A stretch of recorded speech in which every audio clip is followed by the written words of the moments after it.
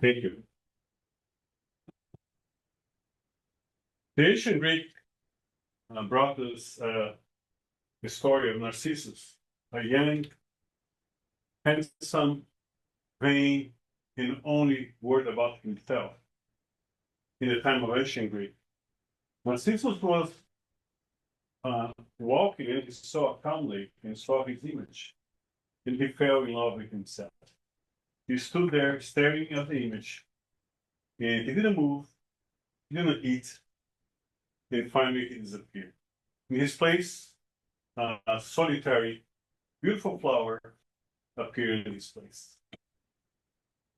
The Greek gods didn't punish Narcissus because of his vanity or because of his pride, but because of his ignorance. Because while he's looking at this image, he didn't look inside and didn't look around him. And this is the big tragedy.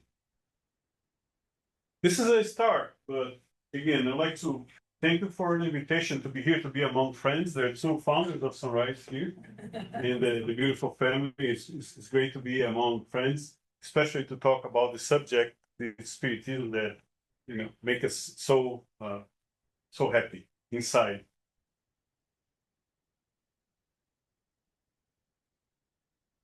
Okay. It was working. Well, it's me. It's operator error.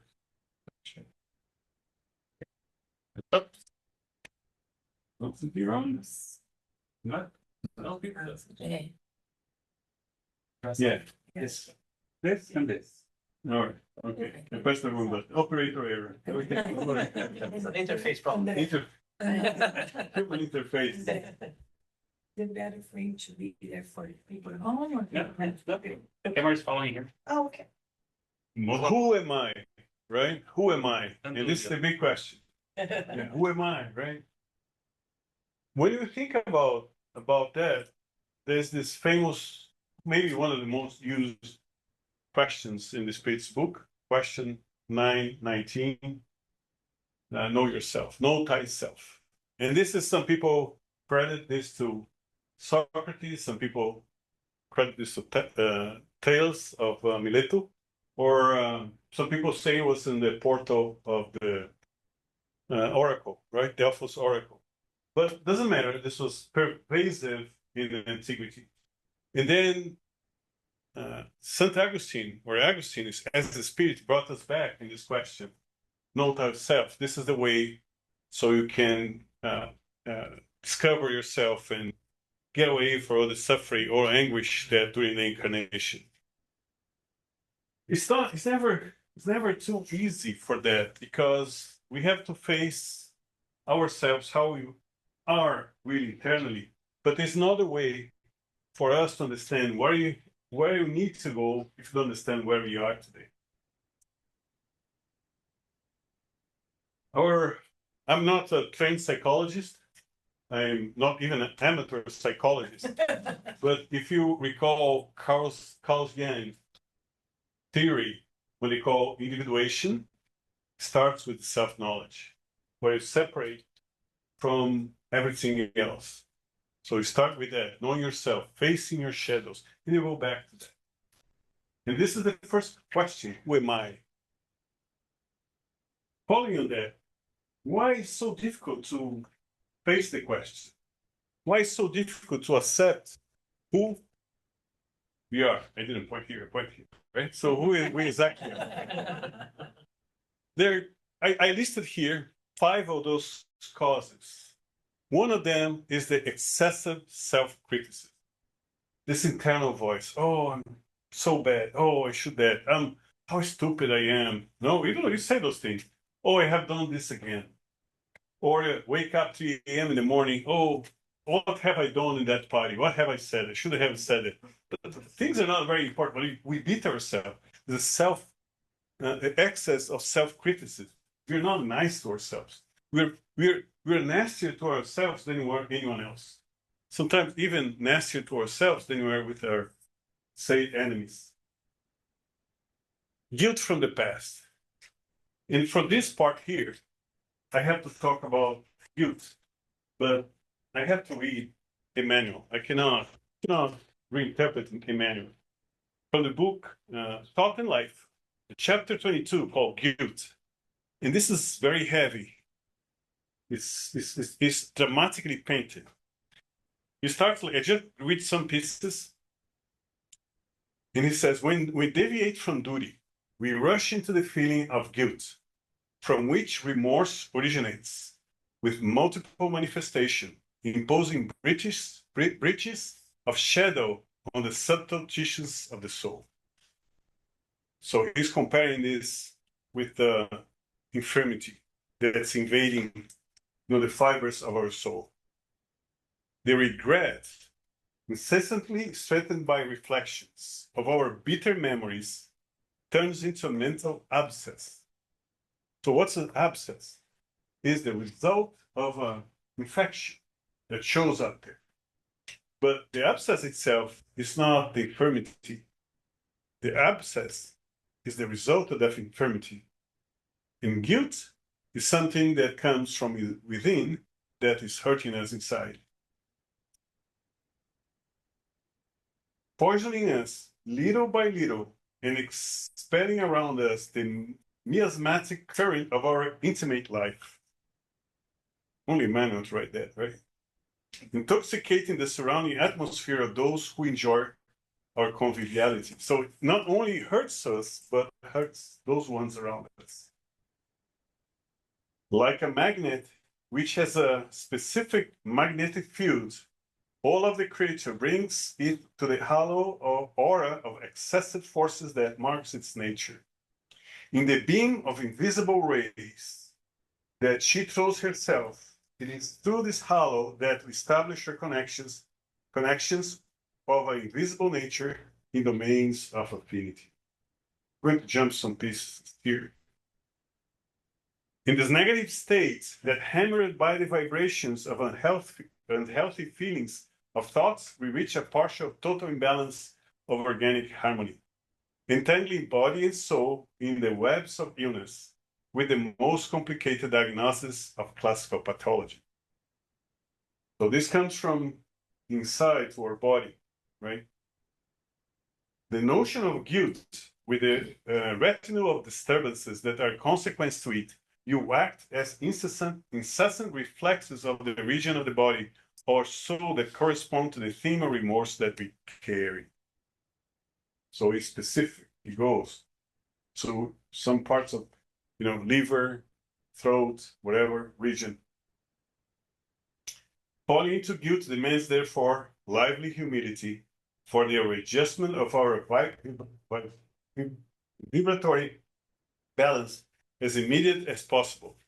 If we do not wish the settling entry into the school, how long reparations? So that's why Jesus, not only as divine teacher, but also wise physician, advises us to reconcile with our adversaries while we are not in the way with them, teaching us to find true happiness on the foundation of pure love and boundless forgiveness. So it's very dramatic. So you say guilt is something that hurts, and this comparison that Emmanuel does bring to us, as I said, it's very dramatic, very heavy, but give us a clear idea. Constant comparisons. You compare it to, this is athlete, this person, has something that's beautiful, better than mine. Oh, social media then. You go to social media, everybody's on vacation, right? Everybody living beautifully, everybody is welcomed. This is the perfect life. So in which situations that we are perfect? There's a situation that we are perfect. Which one is that? I'll say, in our resumes. Right? They're Paulette. Send a resume, nobody says, I screwed up very badly here, and there, I'm really bad on that, I hate numbers, or something like that. We never say that, right? Yeah. And sometimes you say, when they ask in interviews, what's your biggest defect? Oh, I'm a perfectionist. So the only place we're perfect is the resumes. Otherwise, again, we're flawless, right? Because we're developing. And we come here for ideal of a realistic perfection. There's a psychologist that became mainstream called Brené Brown. I just went through a book called The Atlas of the Heart. And she has some words for that and say, perfection is something to compensate something, but also as an addiction. So the Spirit's book said, be perfect like your celestial father, but it's in the search of perfection, not be perfect now. Because, it will come. But this idea of unrealistic perfection hurt us, very difficult for us to accept how we are, to know ourselves like we are. And fear of judgment from others. Obviously, people around us, how we judge family, friends, social groups.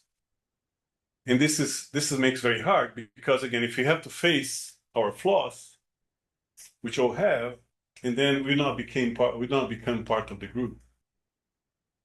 Also, a psychologist told me once, so shame is not belonging to the tribe. So when you feel shame of something, it's because you feel apart from that tribe. And this is very ancient, because if you're not part of the tribe, you're going to send away, you're going to starve to death, you're going to be killed by enemies or dinosaur. No, there's no dinosaur in the lake, but any wild animals. This is interesting. So this is some barriers that is between us and the self-acceptance. Have you seen this movie? Have you seen that movie? Yes. Yeah. So it's what's the name? We Are the Millers, right? And he has this tattoo here with regrets misspelled. So you don't know if he was proud. Yeah. if he was proud of himself, or again, he was not aware. So there's no regrets, and then he wrote this down. But regret or repentance, right, is not necessarily bad because it's a start. So we in general have the connotation of something bad, the regret that hurt us, like guilt and something, but maybe said, oh, I should have done that. Why? And then start thinking why I should have done that. So it's a good start. In again, if you go back to Spiritism, heaven and hell, the whole thing is about, okay, repentancy, atonement or expiation, and reparation. This is the process of cure. But you have to realize first, how many, when you go to the last session of the book, you have those spirits that are a little bit advanced than the others, the one that was some in between, the ones that are still in the, trying to, or in the process of not understanding where they are in the suffering process. They don't realize that. But there are several stories like, I think Guillaume wasn't in the Spiritist magazine, I can't be wrong, 1958. He was decapitated because he was a criminal. And he was invoked to give a communication. And he said, what you feel? I feel shame. Because he realized that everything he has done and he was still alive. So everything he didn't believe was really true in front of him. And what about your victims? They feel sorry for me. And what about your partners in crime? Oh, they still don't know where they are. But the moment he changed to the other side, he realized the truth of life.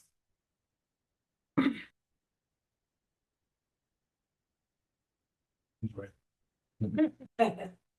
So this great psychologist that she brought us so many important work to Divaldo Pereira Franco, right?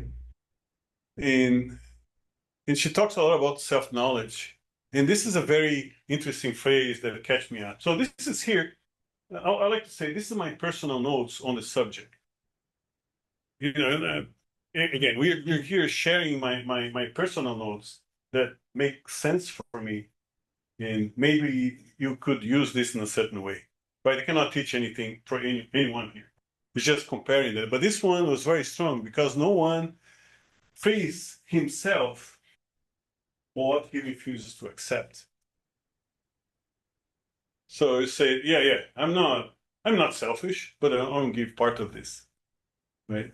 No, I'm generous, or I'm patient, and don't blame me for that, right? If you don't accept that, you always have excuse. In St. Augustine, he says, you have to listen to make the balance in the end of the day in the Spirit's book. Then have the balance in the end of the day, and listen to what people tell us, and do the balance. They read the right thing. What Jesus look at me, how it's going to look like, and listen to your enemies, because they will tell you the truth rather than your friends. Not always, not that the enemies they're trying to help, but they'll tell you the truth because they know sometimes it's hurt. Self-knowledge is liberating. Okay, also realize you don't have to have a second life. There's internal life and a second one that you want to show from here to there. So it's liberating from this character that we try to live to this ideal of perfection. Self-denial generates inner conflicts. How many times we feel bad because, look, I'm such a nice person. How they do it to me? Well, as a matter of fact, I'm not that nice. You say, oh, it's so nice. Why this happened to me? No, look, maybe I was not that nice when I talked to that person. Not, I tried to hurt that person. So a friend of mine he was working as a medium, and then he said a few things to a person, and kind of hurt the person a little bit. And then his mentor come out. So why did you say that? Well, because was that true? Yes, it was true, but the way you said was very hurtful. So the way he was imposing himself, in this case, that he was trying to look nice, look I'm perfect, you're not, and let me load this onto you, was hurtful. And this is another interesting concept that Johanna bring to us, that self-knowledge is also a process of childbirth. Imposing courage, the event deliberates. It's painful, there's anguish, anxiety, but then when the child is born, it's pure joy. And then they grow up. But but the joy continues. The joy continues. It's an interesting comparison. And Johanna, she says that it's also a part of maturity, of attaining maturity, knowing it yourself, self-discovery is to identify the real needs of nature emotionally. Psychological maturity requires a man to overcome the psychological childhood to assume responsibility. And the love for both oneself and for one's neighbors is the one who breaks the ego and stimulates life. She basically condensates, and this is from the book. There are two books. It's the translation, The Integral Man and Self-Discovery. There's a lot of reference to that.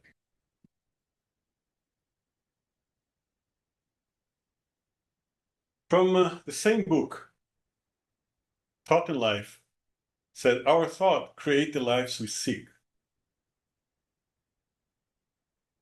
Our thoughts, I wrote thought, but our thoughts create the life we seek. So if you have a positive thinking about ourselves, about what you're doing, oh, this tough situation, how hard is that? And then you get to a place of no exit. But if you think, look, there's so many good things, our mind transport us to somewhere else. So you talked about fraternity. I was not prepared. I didn't have any pictures, music, and everything. I was not prepared to talk about that. But one experience is that when Tanya talked about fraternity without borders, was started in Brazil, and the founder had a calling to go to Africa. He started in the Goiás, and several projects start there, helping people in situation of homelessness in the streets. And then he had this calling to go to Mozambique Why Mozambique? Because they didn't speak any other language. They speak Portuguese there. And then there's different countries. There are different projects.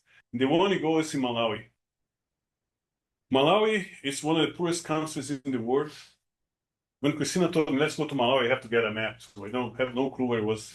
It's between Tanzania and South Africa here. Malawi is here. Yeah, it's famous by its lake. It's a big lake, look like a sea, and they have special fishes that people go for tourism. All the rest, a very poor country. And the country accepts refugee because they negotiated with, or United Nations negotiate a refugee camp there. So people escape wars and killings and robbery and from several different countries, and they show up there because they have freedom and liberty, and they can be alive. It was a very tough situation because Malawi accept them, but they cannot work. They even sometimes cannot leave the field. So it's basically a prisoner camp in the open. And then they started work putting a project where the women that in general their husbands were killed, abandoned them, but they never abandoned their children, would go there and work and grow food that have dignity. And then we're in the situation in the morning, they have kind of a ecumenic cult. There's pastors, there are priests, imams, and 7 o'clock in the morning, playing drums like crazy, blah, blah, blah, and people dance, everything. And they have this very tough life. And sometimes they go, thank to be here. So their mental process is different. And you go how much the project is growing, how much thing people now they have, the gardening where they have food to eat, they have chicken, they have schools. So the schools in the project is very different from there. So you've been to Wagner and Andre, right? Yeah. Talk there. You saw that. Yeah. So this mentality makes a life different for them. And then we think, okay, I'm lonely, I'm miserable. So when you think about that and you're waiting in line for something, who's going to talk to us?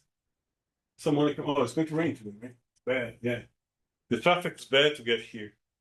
And you're eating bread with the butter and falls with the butter down. But then we think differently. Okay, let's find people with the same magnetic field, the same frequency you get around. You get around us. So it's very important. When you, for instance, in discussing, we do some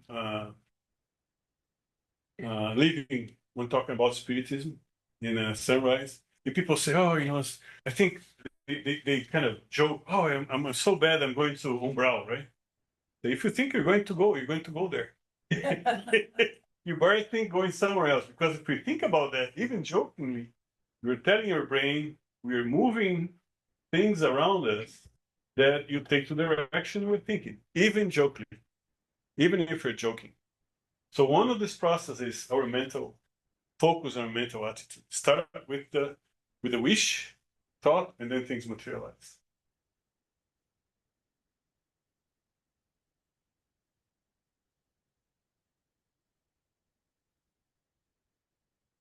Going back to Carl Jung, that we have to face the shadows of the soul. Say, in order for us to become the real self, we have to leave the ego behind. We have to leave the image on the calm lake behind. And we have to go into the self. And then we have to face our shadows. We have to face this internally. It's a maturity process. This is how the whole work of them, and what they call individuation, because we get away from the masses. No, Carl Jung is very famous for the archetypes, several different types that's vastly used, even in marketing. We don't know that, but it's vastly used in marketing. How are you going to have the public and target audience? And how are you going to separate and become ourselves, become plainly ourselves?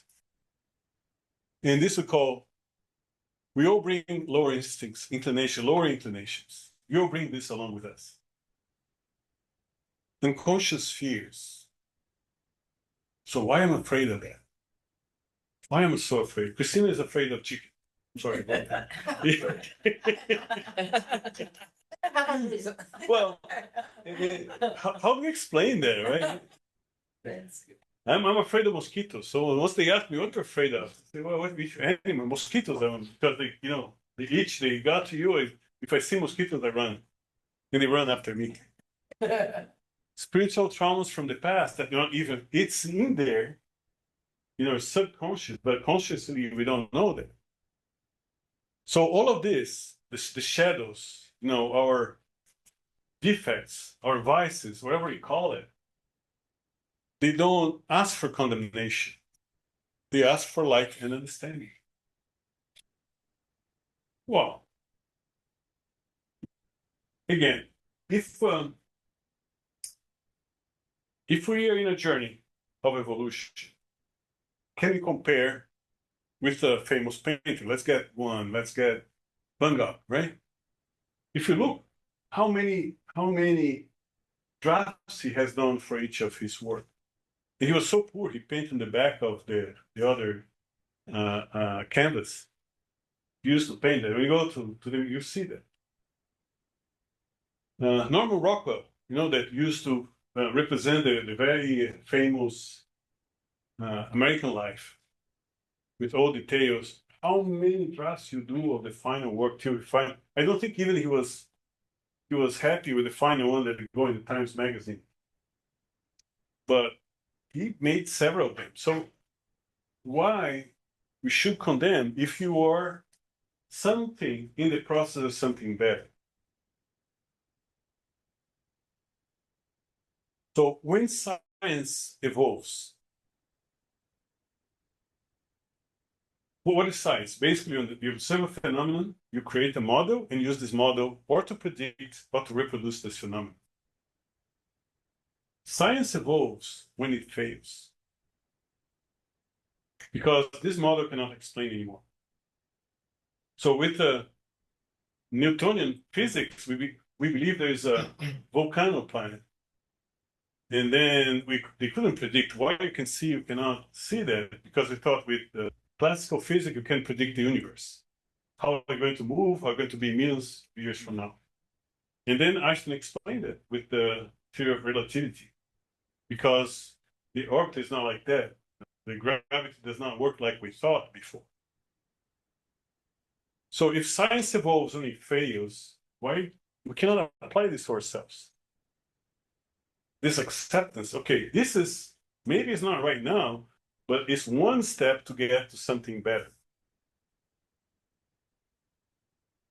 So fortunately, I have lived many lives in my life, many years in my life. I look back, oh, it'd be great to be young, but I don't know if I want to be young with everything I see right now. So I'm blessed to have evolved to a different place. At least I can recognize I don't want to be there anymore in that situation, right?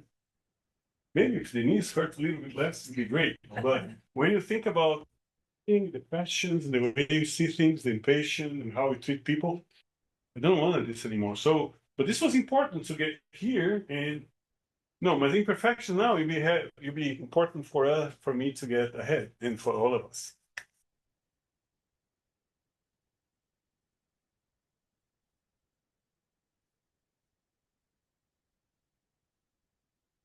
And this was saying the spirit's view of the human being.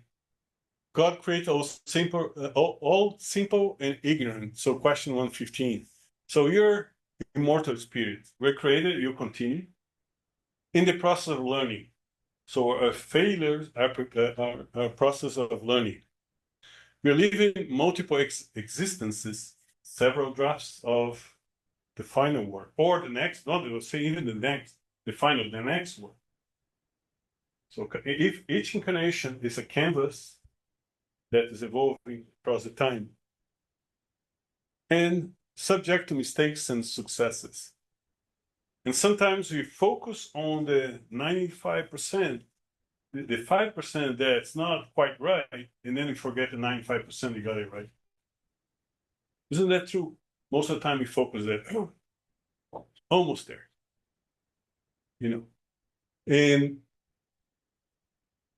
so this shows us that we're in the process. And what is the free will if not the permission to fail? Because we have the free will is the permission to fail. And fail is learning, like science. That the author, also psychologist from Harvard, they also mainstream, you can see everywhere, called Adam Grant. There's a live Think Again. And he get to a point of the book, so the joy I feel when I'm wrong. The joy of feeling wrong. And they say, because when I know I'm wrong, I know that I'm learning. Because if you don't think you're wrong, you cannot learn. So everybody's quiet. Is that okay? I know. Now you're going to see self-acceptance is not accommodation. Why? Because self-accepting yourself does not mean conform to the faith. Well, whatever. I'm a bad person anyway. I don't want to say the word, but I'm not going to change. I'm going to leave this forever in eternity. Cannot do anything. Justifying more wrongs. Yeah, I'm not selfish. I just have to think about myself. Otherwise, nobody is going to think. Right? Abandon the improvement effort. Yeah. I've done here. I didn't feel any improvement. What the heck? Let's leave. It's not that. Self-acceptance is recognizing who you are. We are today. This recognition is important to see in the mirror beyond the mirror. Loving yourself while you're transforming yourself. And work on yourself with patience. Patience. Loving and patience. So why are you patient? You have to think, why are you patient? So you have to have a, our mentor, right? What do you call in our guy, the guy who conducted The spiritual mentor? well, incarnated spiritual. Yeah, it was incarnated. It's incarnated now, but let's say you cannot lose patience because I cannot lose what I don't have. So how can I lose patience if we don't have patience? If we're not patient, we're not going to lose anything. But we have to work in patience. Why I'm saying that? People believe the Big Bang happened 20 billion years ago. The Earth was created between 4 and 5 billion years ago. Fast forward, the dinosaur disappeared 70 million years ago. Our ascendants, our walk on Earth 1 million years ago. We learned how to write 5,000 years ago. Jesus came 2,000 years ago, and you want to be impatient with ourselves. So we have a long journey to here. So that's why the love and patience is important part of the process. And again, the role of incarnation is very important. I think this gives peace to us from, again, I'm sharing my personal experience. So the reincarnation process helped me to put in peace of myself. We have this inner feeling with ourselves that this is how it was, but then you start looking at Spiritism more and learning and listening to other people views and reading more books. And then you start realizing that. Because the reincarnation explained the current limitations. It's even dramatic in people that have some problem walking or listening or some handicapped situation, emotional challenges, specific trials and atonement. So why are you going through that? What have I done wrong? So child that die at birth. So what the child has done, what the parents had done for that. Maybe it's not explained, but have an explanation somewhere else. And this is again, it's in the gospel according to Spiritism, chapter 5, blessed are the who mourn. Man brings at birth what he has acquired. Everything is acquired, the good, the bad, and the ugly come with us in our hard drive when we're born. when you say blessed are those who mourn, is that, oh, you have a kidney stone, fantastic, because you're blessed, right? You're going through pain. You have an awful divorce, excellent, because again, you're going to be consoled. It's not the case. It's a learning process. Now you're going to go now. It's not going to last forever. You don't need to go to that, but if you're going to that, just think like the people say here in the US, if you're going to hell, keep on going. Don't stop. Right? Keep on going. So this is part of the that you're going to obtain and the suffering, hopefully.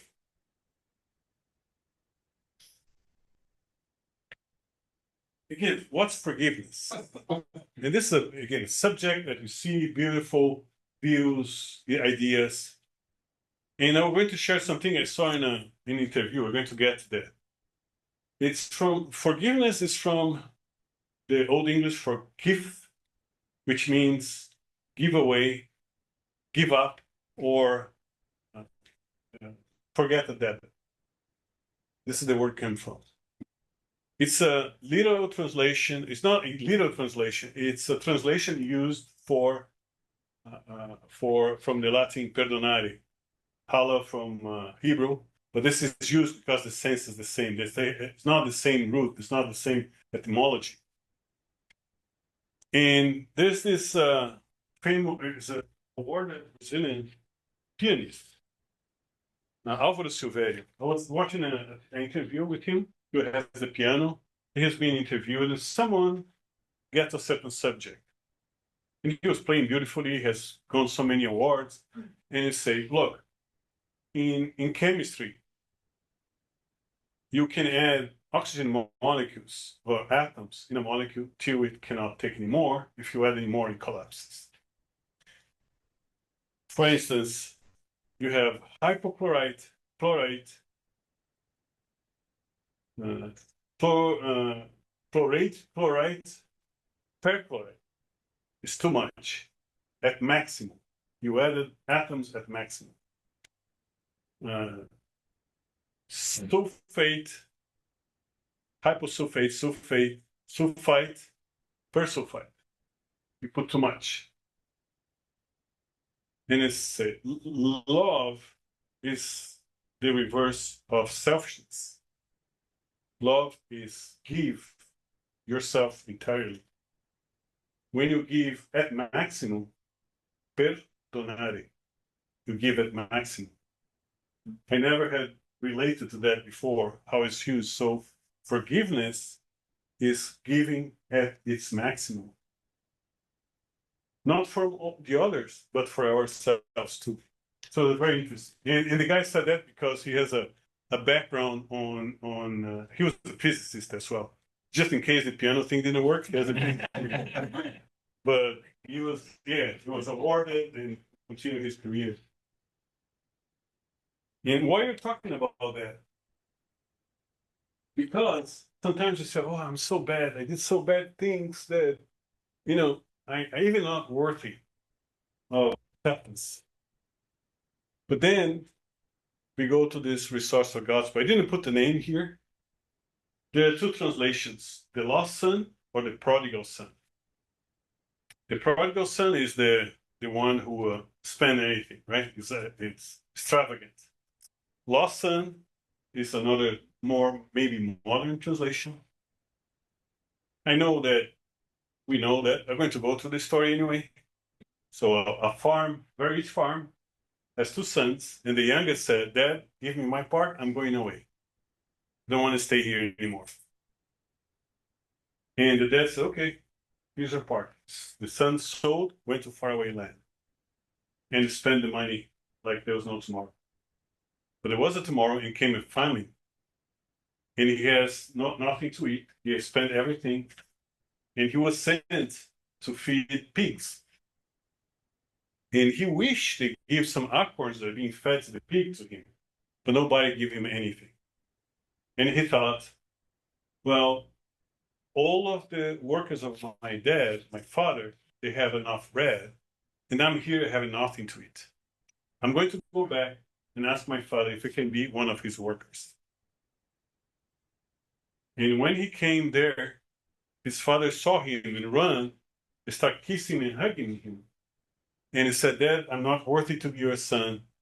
And put her on her knees. I want to be one of your workers. He stood up, bring the best clothes you have, put a ring in his finger, put sandals in his feet, and let's kill a fattened calf because we're going to celebrate. Because he was dead and now he's born, reborn. He was lost and then he was found. Then the eldest brother coming back from the work and I say, what's going on? What the heck's going on here? He said, oh, celebration. And the servant told, look, your brother show up here and then we celebrating. And he got to the father, I've been with you working. You never give me a calf to me to celebrate with my friends. And I said, son, you've been all the time. Everything I have, you have too. But this one here was lost. And now he's found.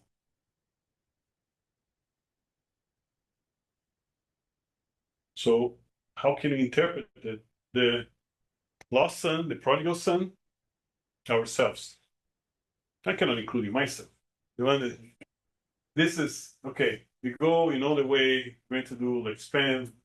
Don't have to pay attention to that. The eldest brother, at that time, I think he was representing the Pharisees. How come you're going to accept that? No, it's out of the law. Does not deserve anything. Going to somewhere else, not here. Does not deserve. And the father was God. And father gives him clothes and a ring and sandals. So you're back here, you're accepted. The doors are open for you. And the celebration, rejoice the return of the lost son. And it's how many times you have heard this thing. For me, I have heard this parable many times. I went when I was in elementary school to a Catholic. And the nuns, they have a good job just showing the good parts of the gospel. But this was me, and then I always listen to the story. But sometimes when you're thinking about these things, say, yeah, the doors are open for when you want to come back.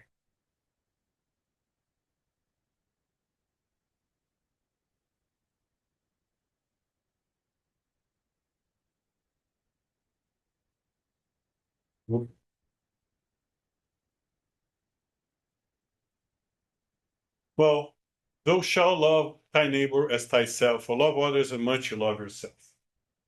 Again, we heard this many times because it's not possible to have true love if you reject of hating yourself. Oh, I hate myself, but I love you. No, never happened because if you're sour with us, again, we're the humanity that we're closer to us. Isn't hard. Isn't the expression cannot pour from an empty cup. If there's an empty cup, how can you pour from it? If there's no love for you, there's nothing to be poured from. And self-acceptance is the base of love for others. So in order we can love ourselves with all what we deem our defects or in the working process, we have to go to that and love ourselves with patience before we can continue to move on, so we can love others.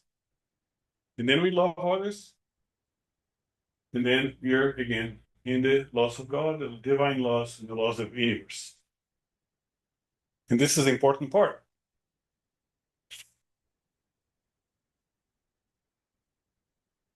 Again, we have to make a difference between guilt and responsibility.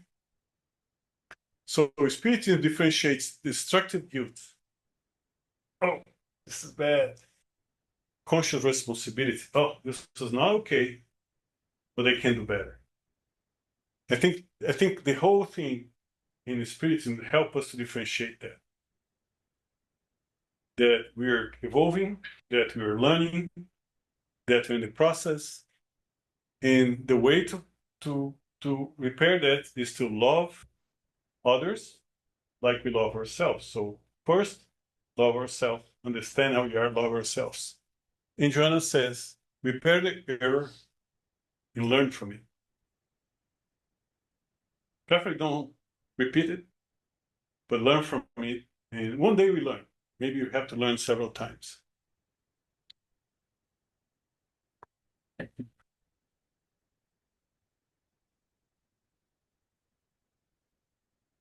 Interesting thing about that book I mentioned to you, Brené Brown, The Heart of the Atlas of the Heart, talks about the psychological view, and more for it's not academic work. It's more for general public about perfection, how we please, perfect, and perform on that. But the words they have different meanings. Joy and happiness, she separates that. And one thing is that when she says about pride, in the US has a different meaning. In general, other languages, in Portuguese, for instance, pride is not necessarily good. English has a double meaning. This pride is the satisfaction for some accomplishment. I can be proud of something I've done good, like a garden. Oh, I'm so proud of my garden. It's a feeling good. Or I'm proud of what you have done, right? So I feel good because of your accomplishments. But the other part in English too, that he was too proud, or this person was too proud to accept help. I'm too good to accept help. There's some connotations from the past. In humility, look at that. Humility is openness to new learnings combined with balance and accurate. This is not my word, this is from the author. Assessment of our contribution include our strengths, imperfections, and opportunities for growth. I can sum up humility with one sentence that emerged from the research that informed that, dear to lead, I'm here to get it right, not to be right. Humility isn't humility not downplaying yourself or accomplishment, which according to researchers is modesty. Humility is also not low self-esteem or meekness or letting people walk over you. The motion of humility involves understanding our contributions in context relation to both the contributions to others and our place in the universe. So humility is not for us to feeling down, it's to know here we are, what we know, what we don't know, what we can accomplish, what we need to learn to accomplish. And there's an interesting word that I realize, hubris, which is worse than pride or pridefulness. If I can, instead of using pride, use pridefulness. And hubris is control without needing kind of social acceptance. I just want to do this for control. And it's very narcissistic because sometimes the person thinks, okay, I'm so good that, and it's not, and the control comes from power. Needless to say, politicians have a lot, right?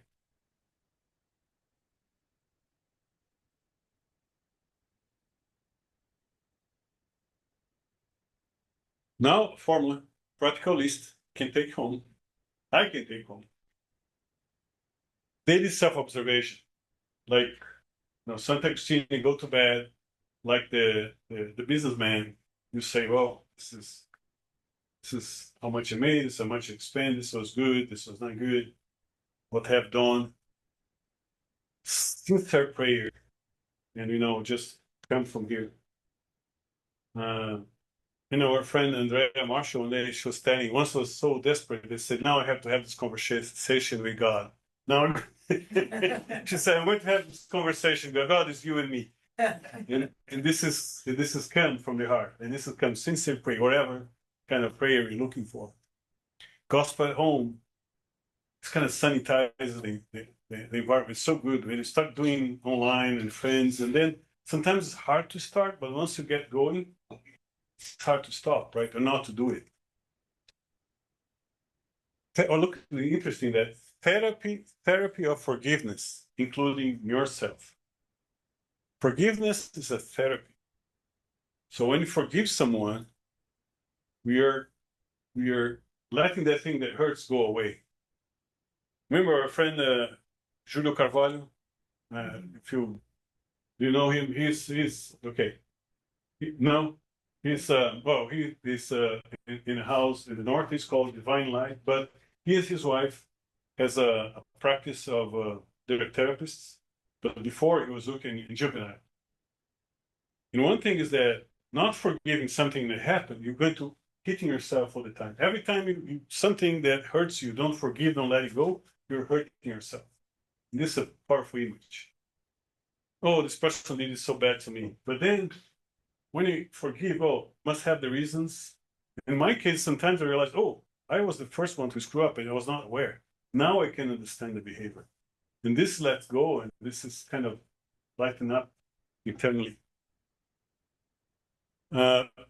In service to others, because love others like we love ourselves. And this is a balsam for the inner, hurt that we have internal inside of us.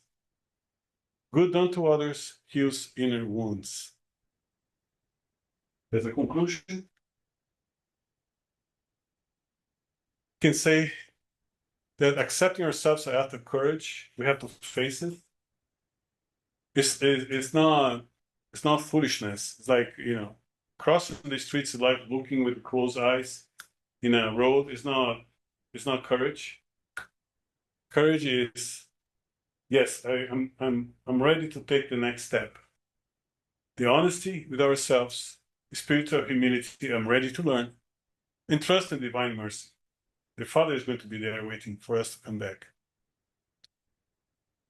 And peace finally is born when the inner wars cease.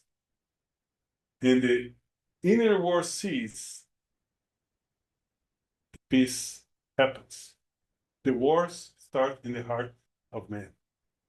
Everything we see, starts in the heart of man. If we have inner peace, the wars are going to disappear. I don't know how far we are from that, but I truly believe that. And concluding, we are spirits under construction. We are one model, scientific model is going to evolve or not. We are a draft of a piece of art that the next one is going to be better. God does not demand immediate perfection.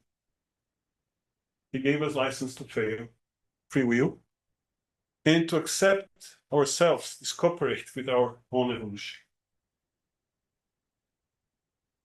This is what I'd like to share with you today. Hopefully my personal notes were useful in make us go through the process. Maybe I could continue to go through.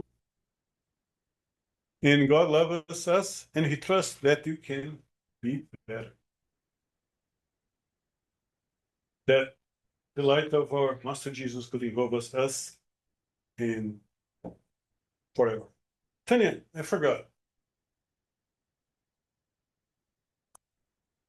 When Saul was coming in his way to Damascus, he fell from the horse. Jesus showed up in front of him and said, Saul, why do you persecute me? At that moment, Saul realized all the spiritual truths he was looking for was in front of him. Everything Gamaliel had taught him was there. So this is what I'm looking for. And he said, Master, you want me to do? And say, go into the city, Damascus. And he had these two options. And this was the moment. I think he looked at himself and said, should I go back there where I'm destined by the society to be a leader, to be powerful, go back to the intrigues, go back to the treachery, go back to the struggle for power, or should I go to unknown and look for my spiritual truth? Fortunately for us and for Christianity, Saul decides to go in front, blind, hurt, confused. And this is maybe a model for us that when you got and you fell from the horse and you're blind and dazed, that we follow our spiritual truths. That the light of Jesus can involve us as in front. Thank you. Thank